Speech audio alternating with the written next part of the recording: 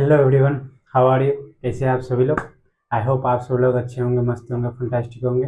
मैं self Rakesh Raj Barnwal, your biology educator, आप लोग का हमारे चैनल पर स्वागत है। आज हम बात करने वाले हैं मेरे दोस्त आवर एक्सक्रेटरी सिस्टम के बारे में, मतलब ह्यूमन एक्सक्रेटरी सिस्टम के बारे में हम बात करेंगे कि कैसा क्या उसका स्ट्रक्चर होता है, कैसा क्या उसका फंक्शन होता है, एवरीथिंग हम बात करने वाले हैं। जो आइए हमारे साथ इस लेक्चर में बने रहे और पूरा जानकारी लुप्त में उठाए। यस, अभी तक हम दोस्तों बात कर चुके थे आवर डाइजेस्टिव सिस्टम के बारे में, सर्कुलेटरी सिस्टम के बारे में एंड रिप्रोडक्टिव सिस्टम के बारे में। मेल फीमेल दोनों रिप्रोडक्टिव सिस्टम के बारे में हम बात कर चुके थे और आज हम बात करने वाले हैं मेरे दोस्त आवर एक्सक्रेटरी सिस्टम के बारे में। क्यों? क्योंकि एक्सक्रेटरी सिस्टम से हम उस दिन जुड़े हुए देखे थे, किडनी से यूरेटर जुड़ा था, यूरिनरी ब्लैडर सब का चर्चा हुआ था। इसलिए आज हम उसी टॉपिक को क्लियर करेंगे कि हमारा ह्यूमन एक्सक्रेटरी सिस्टम जो है, एक्सक्रेटरी सिस्टम जो है, कैसा इसका स्ट्रक्चर होता है, कैसा इसका फंक्शन होता है। ठीक है, एवरीथिंग हम यहाँ पर देखने वाले हैं। सो चैनल पर बने रहें और लुत्फ उठाए पढ़ाई का। ठीक है, चलिए आइए हम सबसे पहले बनाते हैं क्या कि हमारा जो एक्सक्रेटरी ऑर्गन है, मेन एक्सक्रेटरी जो ऑर्गन होता है वो क्या होता है जानते हैं आप? जरा जानिएगा। मेन एक्सक्रेटरी ऑर्गन जो है हमारा वो होता है किडनी। मेन एक्सक्रेटरी ऑर्गन क्या होता है हमारा? Kidney. Okay, main excretory organ हमारा क्या होता है? किडनी। दोनों इक्वल साइज का है, ऐसा मत समझिएगा एक बड़ा एक छोटा होता है, नहीं, दोनों इक्वल साइज का होता है। ओके, थोड़ा डायग्राम में हेरा फेरी हो सकता है पर कंसेप्ट में नहीं। ओके, ठीक है, ये हमारा किडनी जो होता है सेम शेप्ड का होता है। ठीक है, सेम शेप्ड मतलब सीम जानते हैं ना, सीम शेप स्ट्रक्चर आप देख ही रहे हैं, पूरा क्लियरली मैं बना रहा हूँ। ठीक है, यहाँ से बेबी क्या आ गया? यूरेटर आ गया। हम उस दिन देखे थे कि यूरेटर कहाँ से आता है मेरे दोस्त? किडनी से। ओके, ठीक है, उसके बाद हम क्या देखे थे मेरे दोस्त? ये हमारा यूरिनरी ब्लैडर है। ठीक है, ये क्या है? हमारा यूरिनरी ब्लैडर है और ये कहाँ खुल जाता है मेरे दोस्त? यूरेथ्रा ओपनिंग में ये खुल जाता है। ठीक है, यूरेथ्रल ओपनिंग में खुल जाता है पेनिस के थ्रू। ठीक है, ये हमारा यूरिनरी ब्लैडर है। इतना क्लियर है। अब आइए मेरे दोस्त कुछ और एक स्ट्रक्चर बनाते हैं इसमें बहुत ही अच्छे तरीके से। ठीक है, क्लियर रहिएगा, यहाँ पे कहीं कोई दिक्कत नहीं आएगी। आप मेरे साथ बने रहें और एंजॉय करें। ठीक है, आपको कहीं कोई दिक्कत नहीं आएगी, इतना तो मैं आपको आश्वासन दे सकता हूँ एक बार बता देने के बाद। ये जो आप देख रहे हैं दोस्त, ये मेरा क्या है जानते हैं आप? ये मेन आर्टरी है। और कौन सा आर्टरी है? डॉर्सल एओर्टा इसको बोलते हैं। ठीक है, और एक आर्टरी होता है तो दूसरा क्या होता है? वेन होता है। हम वेन को भी यहाँ पे रिप्रेजेंट कर ही देते हैं। ठीक है, वेन को भी रिप्रेजेंट हम यहाँ पे कर ही देते हैं। एक आर्टरी होता है तो दूसरा वेन होता है। क्लियरली विजिबल होना चाहिए चीज़ें, कहीं कोई दिक्कत नहीं आए। ठीक है, ओके दोस्त। अब मेरे दोस्त ये जो मेन वेन है, इसको क्या कहा जाता है? ये वेना कैवा। ठीक है, मेन वेन। अब यही वेन जो किडनी में जो जब जाता है तो इसका नाम पड़ जाता है, क्या जानते हो दोस्त? इसका नाम एक अलग से नाम पड़ जाता है। जैसे हम उस समय पढ़े थे क्या कि भाई लंग्स से रिलेटेड पल्मोनरी वर्ड देखे थे।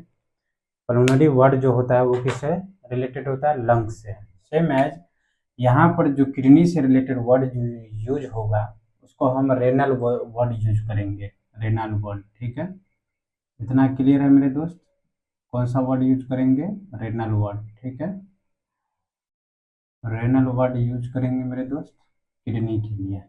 अब चाहे वो रेनल वेन कह लो या रेनल आर्टरी कह लो या फिर रेनल ट्यूब्यूल कह लो, कुछ भी कह लो, पर किडनी से रिलेटेड अगर कोई वर्ड का अगर इस्तेमाल किया जाता है तो वो है रेनल। जैसे लंग्स के लिए हम क्या यूज करते हैं? पल्मोनरी। इतना क्लियर है? कंसेप्ट क्लियर रखना बहुत जरूरी है। चलिए आइए हम लेवलिंग कर देते हैं, उसके बाद हम इसके बारे में सारे फंक्शन के बारे में देखेंगे हमेशा की तरह। ठीक है मेरे दोस्त, ये क्या है मेरे दोस्त? मेरे दोस्त ये जो है ये क्या है? यूरेथ्रा है। क्या है मेरे दोस्त? यूरेथ्रा है। ये क्या है मेरे दोस्त? यूरिनरी ब्लैडर है। ठीक है, इतना क्लियर है? ये क्या है? ये जो आप देख रहे हो ऐसे करके जो आ रहा है, ये किस क्या बोलते हैं? इसको यूरेटर बोलते हैं, यूरेटर बोलते हैं। इतना क्लियर है? चलिए आगे का भी देखते हैं। ये क्या है दोस्त? किडनी है।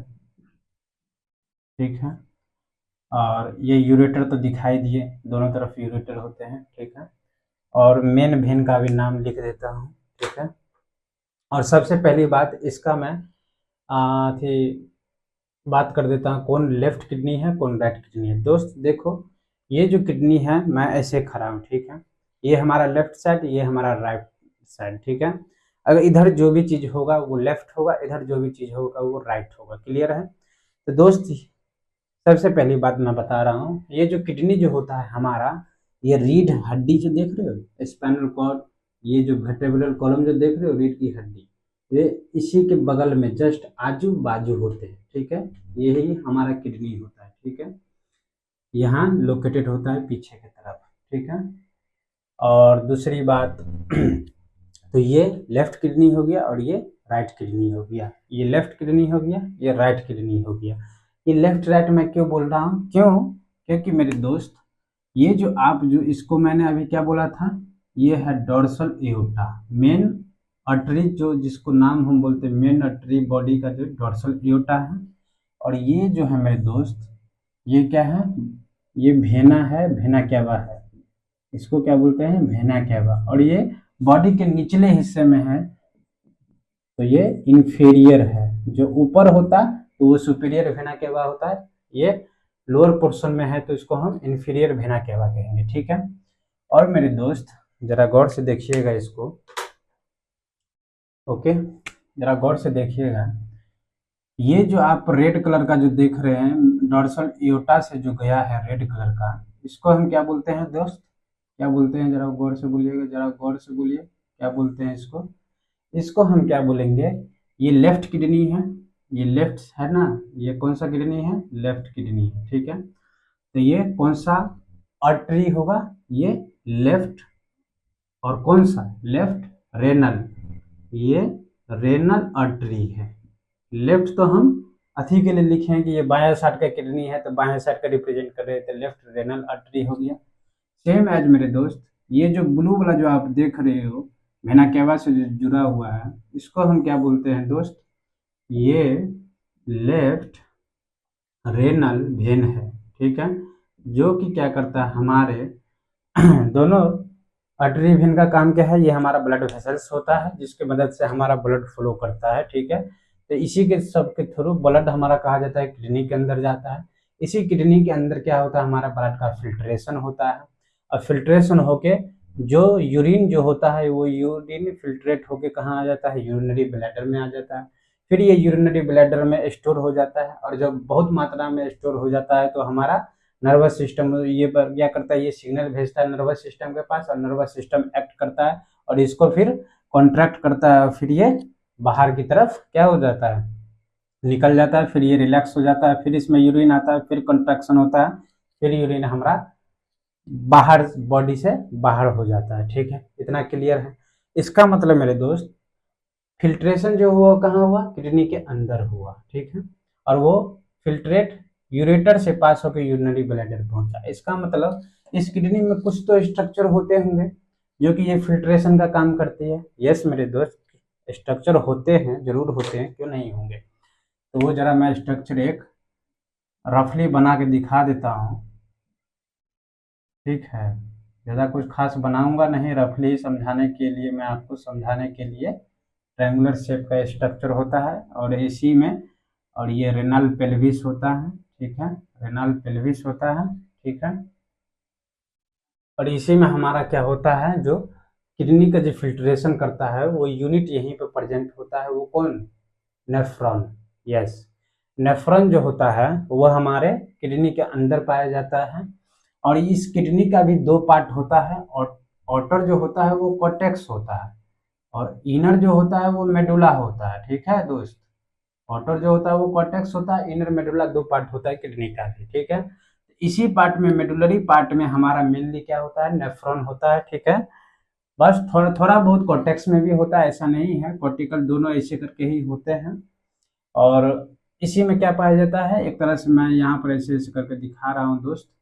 इसी को मान लीजिए एक नेफ्रॉन मान लीजिए इसको, और ये नेफ्रॉन हमारा क्या है दोस्त, ये हमारा नेफ्रॉन क्या है, ये हमारा नेफ्रॉन है, जो क्या है, फंक्शनल यूनिट है। यही मेन काम जो है इसका, फंक्शनल यूनिट है और फॉर एक्सक्रेशन, एक्सक्रेशन के लिए जो ये फंक्शनल यूनिट है, कौन? नेफ्रॉन। यही है मैं नेफ्रॉन, यही क्या करता है, हमारे ब्लड में से फिल्ट्रेट को बाहर निकलता है यूरेटर के थ्रू, यूरिनरी ब्लैडर में पहुंचाता है, ठीक है। इस मेन, और इस नेफ्रॉन के, अब भाई ये नेफ्रॉन जो करता है, इसमें दो पार्ट होते हैं नेफ्रॉन के। सबसे पहला पार्ट जो होता है वो ग्लोमेरुलस होता है, ग्लोमेरुलस होता है। और दूसरा पार्ट जो होता है मेरे दोस्त, वो होता है रेनल वट, किडनी के लिए रेनल, और टिब्यूल, बहुत सारे टिब्यूल होते हैं। और इसी टिब्यूल में मेरे दोस्त बहुत सारा पार्ट आ जाता है। सबसे पहले जो आता है कोई, वो होता है क्या कहते हैं, बोमेंस कैप्सूल, बोमेंस कैप्सूल, ठीक है। सबसे पहले अगर कोई आता है तो बोमेंस कैप्सूल आता है। उसका स्ट्रक्चर भी मैं दिखा दूंगा मेरे दोस्त, अभी जरूर जस्ट दिखाता हूँ इतना। फिर बोमेंस कैप्सूल के बाद आता है पीसीटी, फिर आता है हेनले लूप, हेनलेज लूप, ठीक है। फिर आता है मेरे दोस्त डीसीटी, और फिर जो आता है मेरे दोस्त कलेक्टिंग डक्ट। यस, ये जो है हमारा रेनल ट्यूब्यूल का पार्ट सब है। और ये ग्लोमेरुलस है, यही ग्लोमेरुलस जो होता, ग्लोमेरुलस होता क्या है, तो भाई मेरे, ये क्या है ग्लोमेरुलस, ये कैपिलरीज का टफ्ड है, मतलब tough of capillaries, tough of capillaries. जैसे हम वहां पे देखे थे लंग्स में, लंग कैपिलरीज होता है, यहाँ पे भी एक कैपिलरीज का गुच्छा होता है। वो कैसा होता है जरा मैं दिखा देता हूँ दोस्त, जरा देखिएगा,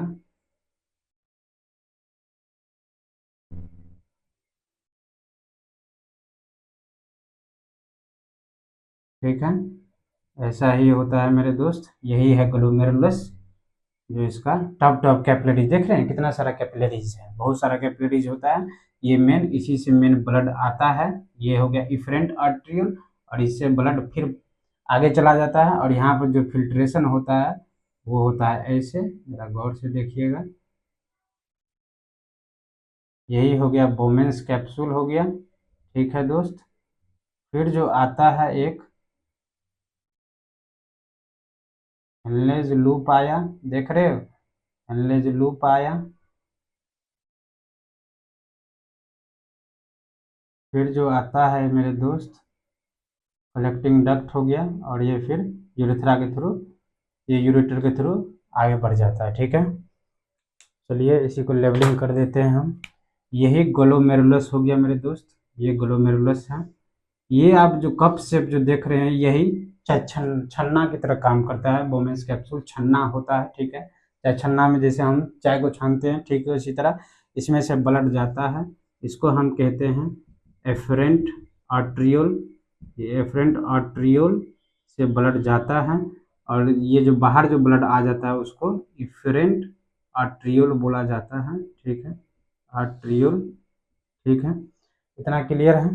इसी से ब्लड गया अंदर, यहाँ पे ऐसे करके गया और यहाँ से पास हो जाए, जो जो होता है ऐसे ऐसे करके फिल्ट्रेट इसमें आ गया, बोमेंस कैप्सूल में आ गया। बोमेंस कैप्सूल, इसको हम लिख देते हैं BC, लिख देते हैं, बोमेंस कैप्सूल है ये, ठीक है। फिर ये जो आप देख रहे हैं बोमेंस कैप्सूल के बाद ये पार्ट जो आप देख रहे हैं, इतना पार्ट, ये हमारा है पीसीटी। और उसके बाद ये जो एक लूप जो देख रहे हैं दोस्त, ये एक डिसेंडिंग लूप ऑफ हेनले, एक असेंडिंग लूप ऑफ हेनले। ये जो है हमारा क्या है, हेनलेज लूप है, ठीक है।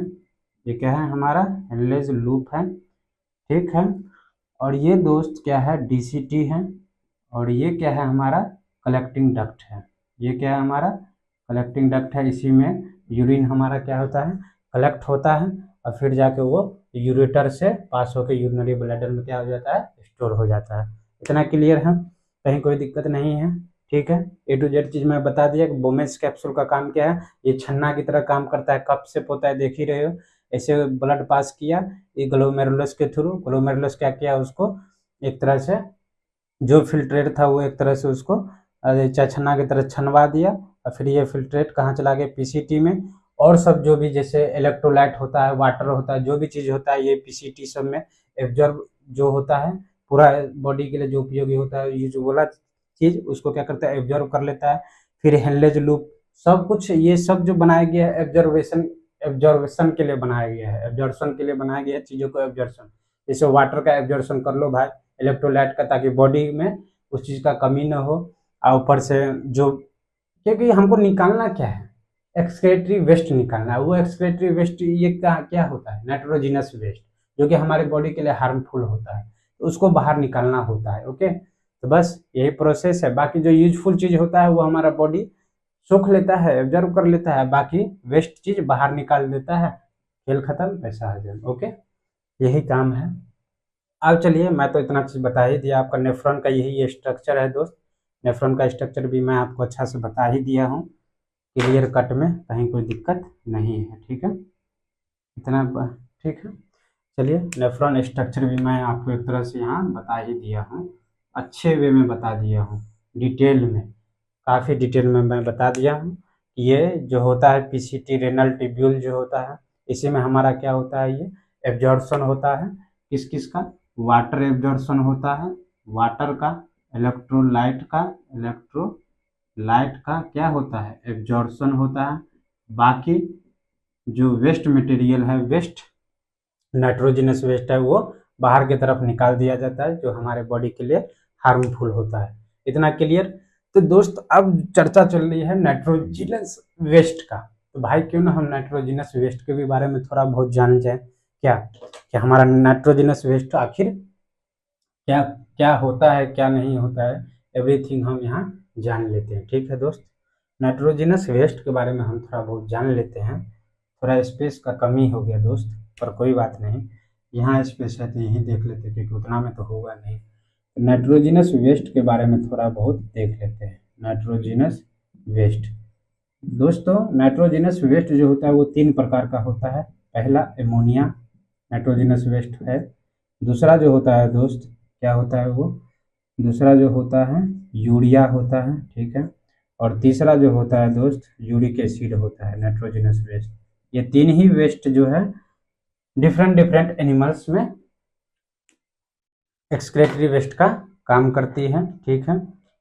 जैसे कि एमोनिया जो होता है दोस्त, वो होता है किसमें, वो होता है, एमोनिया जो होता है ये एक्वेटिक एनिमल्स में पाया जाता है। जैसे कि एक्वेटिक बोनीफिश मछली में, ठीक है, एक्वेटिक एम्फीबियंस में, जो भी पानी में रहते हो उसमें क्या मेन एक्सक्रेटरी वेस्ट जो होता है कौन होता है, एमोनिया होता है। या फिर एक्वेटिक इंसेक्ट्स में। दूसरा बात, यूरिया किस में होता है दोस्त, तो हम लोग में, मैमल्स, जितने भी सारे मैमल्स हैं उसमें यूरिया नाइट्रोजनस वेस्ट होता है, उसको बाहर निकालना बहुत ज़रूरी है। उसके बाद जो टेरेस्ट्रियल, यहाँ तो एक्वेटिक होता, तो लैंड पर जो मेन होता है वो टेरेस्ट्रियल में होता है, और उसका मेन जो एक्सक्रेटरी वेस्ट नाइट्रोजनस वेस्ट होता है वो यूरिया होता है। टेरेस्ट्रियल एम्फीबियंस यहाँ दे दो मेरे दोस्त, ठीक है। और साथ में ये यूरिया जो है मेराइन फिशेस में भी देखा गया है। इतना क्लियर है दोस्त। नाउ यूरिक एसिड किस में देखा गया है? यूरिक एसिड रिप्टाइल्स में, सांप में, क्या कहते हैं, गिरगिट में, छिपकली में आप देखे होंगे यूरिक एसिड। साथ में वो जो एक्सक्रीटिव वेस्ट जो निकालता है बर्ड्स में, बर्ड्स में आप देखते हो जब वो निकाल रहा होता है, एक्सक्रीट कर रहा होता है, मतलब तो क्या निकलता है, यूरिक एसिड टाइप का निकलता है, वो बर्ड्स में भी होता है। और साथ में एक और एग्जांपल है लैंड स्नेल्स घोंघा, वो भी क्या करता है, यही यूरिक एसिड ही रिलीज करता है बॉडी से, ठीक है। अगर कोई बोलेगा इसका मतलब दोस्त, एक बात और बोल देता हूँ जरा, जो एमोनिया रिलीज करता है मेरे दोस्त उसको एमोनोटेलिक ऑर्गेनिज्म कहा जाता है। जो यूरिया रिलीज करता है उसको यूरिया कोटेलिक कहते हैं, यूरियोटेलिक कहते हैं। और जो यूरिक एसिड करता है उसको यूरिक कोटेलिक कहते हैं। उस एनिमल को क्या कहते हैं, यूरिक कोटेलिक। चलो इसको भी थोड़ा लिख ही देता हूँ। जो एमोनिया जो होता है वो, इस एनिमल को हम क्या बोलते हैं, सब के सब क्या है, एमोनोटेलिक ऑर्गेनिज्म कहते हैं। जितना भी है ये सबके मैमल्स, टेरेस्ट्रियल एम्फीबियंस, इसको क्या कहेंगे, यूरियोटेलिक। यूरिया करता है तो यूरियोटेलिक। और इस सब का क्या बोलेंगे हम दोस्त, यूरिकोटेलिक। यूरिक आ गया तो यूरिक एसिड, यूरियो आ गया तो यूरिया, एमोनो आ गया तो एमोनिया, ठीक है। इतना क्लियर है। एक मेरे दोस्त इसका डिफरेंट फॉर्म आप देख ले नाइट्रोजनस का वेस्ट का, एक एमोनिया होता है, एक यूरिया होता है, एक यूरिक एसिड, इसके अलावा कुछ नहीं होता है, ठीक है। भास्ट लेवल का, अंपायर लेवल का चीजें बता रहा हूँ इसीलिए इसके आगे आपको देखने की जरूरत नहीं पड़ेगी कभी। लेकिन फिलहाल एक बात मैं बता देता हूँ कि आखिर ये डिफरेंट ऑर्गेनिज्म में डिफरेंट नाइट्रोजनस वेस्ट क्यों देखने को मिलता है, ऐसा क्यों, रीजन क्या है मेरे दोस्त? तो रीजन ये है, ये जो एमोनिया जो होता है सबसे हाईली टॉक्सिक होता है। हाईली टॉक्सिक हो जाने के कारण इसको लार्ज अमाउंट ऑफ वाटर चाहिए बॉडी से बाहर निकालने के लिए, ठीक है। तो लार्ज अमाउंट ऑफ वाटर कहाँ होगा, बोनी फिश जो पानी में रहता है ऑब्वियसली, जो एक्वेटिक एम्फीबियंस जो ऑलरेडी पानी में है, तो एक्वेटिक इंसेक्ट मतलब जिसको पानी में कमी है, ये मतलब जो पानी में रहता है उसको पानी का क्या ही कमी होगा, तो इसीलिए वहाँ large amount of water already present है। तो वहाँ पे जो ऑर्गेनिज्म क्या करता है, वो एमोनिया रिलीज करता है, क्योंकि लार्ज अमाउंट ऑफ वाटर वहाँ पर रिक्वायर्ड होता है। इसीलिए क्यों, क्योंकि ये हाईली टॉक्सिक होता है। ये एमोनिया जो होता है मेरे दोस्त हाईली टॉक्सिक है, ठीक है। सबसे नाइट्रोजनस वेस्ट में अगर टॉक्सिसिटी का बात करें तो हाईली टॉक्सिक एमोनिया होता है। और सबसे कम टॉक्सिक जो होता है वो यूरिक एसिड होता है, लीस्ट टॉक्सिक होता है। और ये मॉडरेट लेवल है, ठीक है। ये जो है मॉडरेट होता है, मॉडरेट टॉक्सिक, न ज्यादा हाईली न ज्यादा कम, ये मॉडरेट टॉक्सिक है, टॉक्सिसिटी, ठीक है। हम लोग में जो यूरिया जो रिमूव करते हैं वो ज्यादा, उसको उतना अमाउंट ऑफ वाटर की जरूरत नहीं है जितना कि एमोनिया को रिलीज करने में पड़ती है। पता चला अगर हम लोग एमोनिया रिलीज कर रहे होते तो हम लोग को कितना वाटर की जरूरत पड़ती, मतलब खाली पता चलता खाली हम लोग पानी पी रहे हैं, क्यों भाई, क्योंकि हमको एमोनिया रिलीज करना है बॉडी से। लेकिन ऐसा तो पॉसिबल है नहीं, क्योंकि हम लोग तो टेरेस्ट्रियल पे रहते हैं, टेरेस्ट्रियल ऑर्गेनिज्म है हम लोग। तो हम लोग के लिए भगवान जी ने एक अलग नाइट्रोजनस वेस्ट बना दिया, यूरिया बना दिया। अब जो भाई मेरे रिप्टाइल्स है, बर्ड्स है, उस सबको तो और भी पानी की किल्लत है। एक तरह से देख लो उस सबको पानी मिलना और भी मुश्किल है? तो उस सब के लिए भगवान जी ने यूरिक एसिड बना दिया, जिसको ज़्यादा अमाउंट ऑफ पानी की जरूरत नहीं चाहिए, उसको उतना पानी नहीं चाहिए अपना नाइट्रोजनस वेस्ट बाहर निकालने के लिए। तो वो इजीली आराम से एसिड के फॉर्म में हल्का थोड़ा निकाल देता है। इससे क्या हो जाता है, उसके बॉडी में पानी का कमी भी नहीं होता है और कंजर्वेशन ऑफ वाटर भी हो जाता है। सेम एज हमारे बॉडी में भी वही हाल होता है, कंजर्वेशन ऑफ वाटर क्या करता है, एक्ट करता है यहाँ पे। और एमोनिया का जो एक्वेटिक ऑर्गेनिज्म है उसको तो मतलब ही नहीं है, पानी की तो कमी है ये नहीं है, पानी में ऑलरेडी वो पहले से है। जितना अमाउंट ऑफ वाटर चाहिए उतना अमाउंट में वो क्या करेगा, नाइट्रोजनस वेस्ट को बाहर निकालेगा पानी में, ठीक है। इतना सब चीज़ क्लियर। तो एक हाईली टॉक्सिक मतलब लार्ज अमाउंट ऑफ वाटर चाहिए, लार्ज अमाउंट ऑफ वाटर चाहिए फॉर इट्स रिमूवल, अमोनिया को बाहर निकालने के लिए, ठीक है। और इसमें कम चाहिए very small amount, very small amount water चाहिए, ठीक है। क्या हो जाता है, ये कंजर्वेशन ऑफ वाटर एक्ट कर जाता है यहाँ, क्योंकि वाटर को बचाना है ना मेरे दोस्त। यहाँ पे उतना वाटर इस सब बॉडी में है नहीं जो उतना वाटर लेके ही यूरिक एसिड को बाहर करेगा, तो यहाँ कम अमाउंट में ही वाटर से काम चला लेता है, ठीक है। Very small amount of water required, यहाँ भी लिख लेते हैं वाटर रिक्वायर्ड, ठीक है। Large amount of water required होता है, यहाँ भी यूरिया में भी स्मॉल अमाउंट में ही, यहाँ लिख देते हैं small amount of water required, small amount of water required. इससे क्या हो जाता है हमारे दोस्त, डिहाइड्रेशन का शिकायत भी नहीं होगा और ना हमारा बॉडी से नाइट्रोजनस वेस्ट बाहर भी इजीली पास हो जाएगा। कहीं कोई दिक्कत है तो यही देख लो मेरे दोस्त, यही हमारा ह्यूमन एक्सक्रीटरी सिस्टम है। अगर कहीं कोई प्रॉब्लम हो तो बोलिएगा जरूर, ठीक है। आप लोग देख लीजिए और अच्छे से स्क्रीनशॉट इसका ले लीजिए और ऐसे ही प्यार करिए, ढेर सारा प्यार दीजिए, लाइक कीजिए, शेयर कीजिए, सब्सक्राइब कीजिए। मैं एक एक करके हर सिस्टम के बारे में, ह्यूमन से रिलेटेड हर सिस्टम के बारे में मैं अच्छा जानकारी आपको देने की कोशिश कर रहा हूँ। इसलिए ढेर सारा प्यार करना आपका फर्ज बनता है मेरे दोस्त, इसीलिए ढेर सारा प्यार मुझ पर लुटाएं ताकि मैं और अच्छे से आपको नया नया टॉपिक, नया नया चीज़ लेके आपको समझाऊं, ठीक है। ओके, तो आज के लिए इतना ही, बाय, सी यू।